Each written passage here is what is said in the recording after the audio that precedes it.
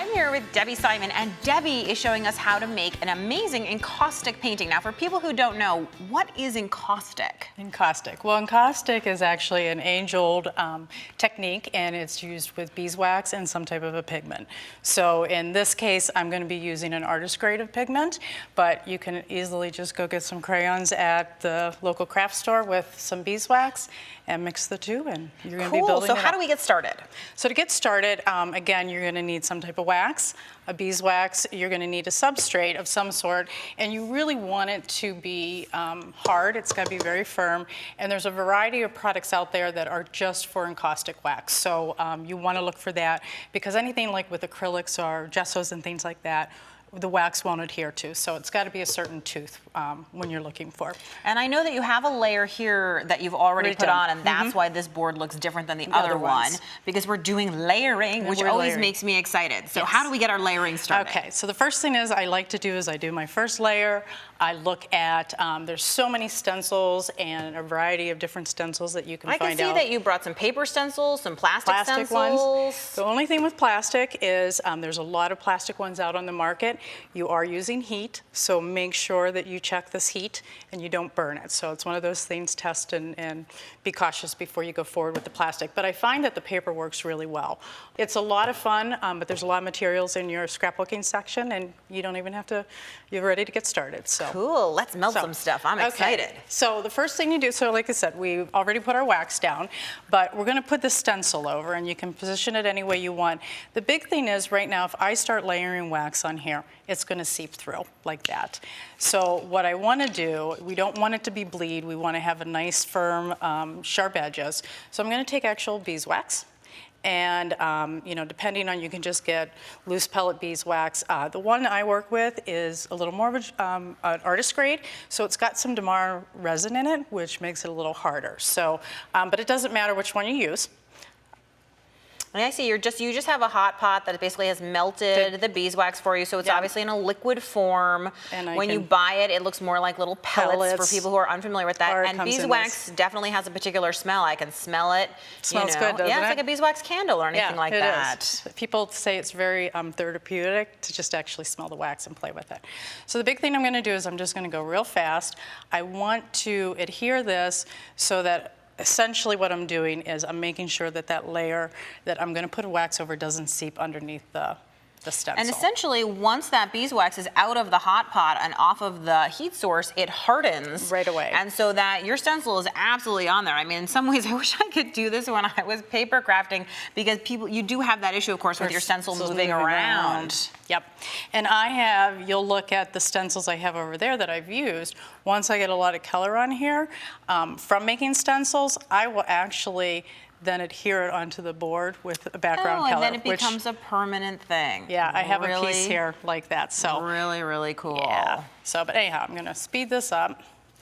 And maybe what I'll do is only do half of it, so then you can see what happens. Then we get the idea of it. You know, the thing that I think is so exciting, and as you're doing this, I'm just going to sort of talk at you about it, but the thing that I think is so exciting is that there are just so many different ways that you can use all these tools, stencils, and all kinds of stuff. Yeah, we have, and even other tools, like cutting back into the wax once you get to that past this part. So, yeah, I mean, anything, the craft store is a great store to use for waxing, all your wax and things like that. So I'm going to go ahead and get started with the second layer. So real quickly, you know, I'm just going to heat the wax. Sometimes I will also have the medium, which is what we melted in, to kind of break it down a little bit. And I'm just going to start layering it on. And you're using it directly on a hot iron. Yes, so please be careful. Obviously. Now, do you worry about thickness of the wax or anything like that? Yeah, you want to build up a nice layer that I can tell that I'm getting behind, you know, getting through the stencil. Like here, I'm missing some spots. So I'll go back. And again, what I really love about using the iron is it's very random. It's a very spontaneous way of working with the wax. So what I love is when I take the stencil off to see what I have. Because kind of like using a palette knife where you can't control the result as much, because like with a brush or a smaller tool you really could, whereas with this you're choosing your colors, and I love the color palette you've chosen. The other thing to keep in mind, you do not want to take this and just rub back and forth, because you're just going to make everything muddy and just make the wax too hot. So make sure you're doing one sweep and then go back to it because that'll allow the wax to cool in between. And then you just clean the iron with a paper towel. Yep. That's how I change my colors. As you can tell, everything's kind of messy. Okay, so now I have the stencil on here, and again, we didn't do the whole thing, but this will just show the point. If I start pulling this now, I'm gonna start kind of, at times, ripping the wax off. So it's very important that we heat the wax a little bit. So you're just using a heat gun to do that? And I don't want to go too hot on it because I'm gonna make a pool of just really loose wax. So I just want to go a little bit. You know, don't pull it, just let it kind of come to you. And I am just going I can already see what's happening underneath it. It's the coolest ever. I have to admit to you, I've tried encaustic before. I never got results like this. I can see how using stencils just makes it so that you get awesome results. Well, and even looking at what the coloring that you have here too. That's gorgeous. Painting. So now the big thing is, now I have 3 layers of wax here, and it's very important, this is another important step, is that you need to kind of fuse those layers together. So I'm gonna wanna heat it, but again, I don't wanna go too hot. And how I can tell is I slowly start heating and moving it around, but eventually you'll see this starting to get a little glossy. Oops, I didn't mean to touch it. And that's how I know I'm getting it hot. Now, I don't want to go down too fast or too hot on here, because you see what I did? I just made a pool of a mess. Oh, I see. And so it goes into a blob and it spreads. Yep. So I just want to keep like a nice, even, round wax. Now, I do find, after I do a painting where I have multiple layers, I will put it under like a hot lamp. Not too hot, but I'll let it sit there for a couple hours because it'll really just kind of fuse that wax together. So that makes it so it doesn't like fall off or crack off. And it just makes it a little bit more permanent and so a little cool. higher quality. So that's how simple it is. That's awesome. So I have a question about, you have 2 pots here and some tins.